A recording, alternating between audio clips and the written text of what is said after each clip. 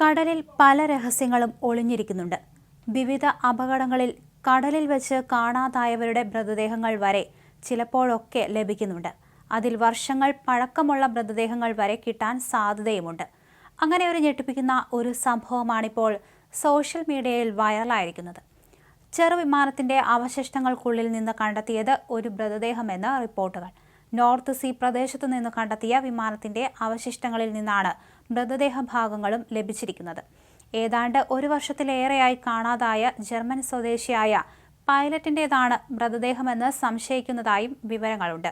സ്കോട്ട്ലൻഡിലെ Shetland പ്രദേശത്ത് നിന്ന് വെള്ളിയാഴ്ച കണ്ടെടുത്ത സെസ്ന 172 എന്ന ചെറുവിമാനത്തിന്റെ അവശിഷ്ടങ്ങളിൽ നിന്നാണ് പൈലറ്റിന്റേതെന്ന് കരുതുന്ന മൃതദേഹം കണ്ടെത്തിയതെന്നാണ് റിപ്പോർട്ടുകൾ പറയുന്നത്.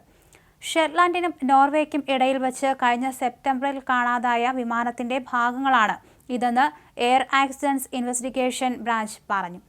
വിമാനഭാഗത്തിനുള്ളിൽ കണ്ടെത്തിയ മൃതദേഹം ആരുടേതാണെന്ന് സ്ഥിരീകരിക്കാനുള്ള നടപടികൾ തുടങ്ങിയതായി സ്കോട്ട്ലാൻഡ് പോലീസ് വ്യക്തമാക്കി. ഒരു എഞ്ചിൻ മാത്രമുള്ള 4 സീറ്റുകളുള്ള വിമാനം 2023 സെപ്റ്റംബർ 30 രാവിലെ 10:30 ജർമ്മനിയിലെ ഹീസ്റ്റിലെ യൂട്ടേൺ എയർപോർട്ടിൽ നിന്ന് ടേക്ക് ഓഫ് ചെയ്തത്.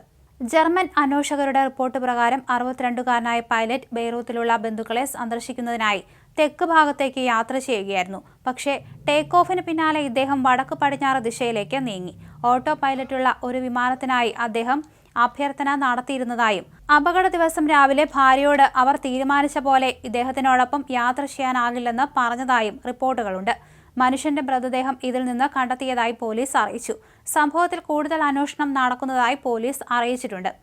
അതേസമയം വിമാനഭാഗം വലിയ മത്സ്യബന്ധന ബോട്ടിന്റെ വലയിൽ കുരുങ്ങുകയായിരുന്നു. ഇത് പൊക്കിയെടുത്ത് കടലിന്റെ ഉപരിതലത്തിലേക്ക് കൊണ്ടുവരികയും തുടർന്ന് ഞായറാഴ്ചയോടെ ലെൽവിക് തീരത്തേക്ക് എത്തിക്കുകയുമായിരുന്നു. മനുഷ്യന്റെ മൃതദേഹം ഇതിൽ നിന്ന് കണ്ടെത്തിയതായി പോലീസ് സ്ഥിരീകരിച്ചിട്ടുണ്ട്.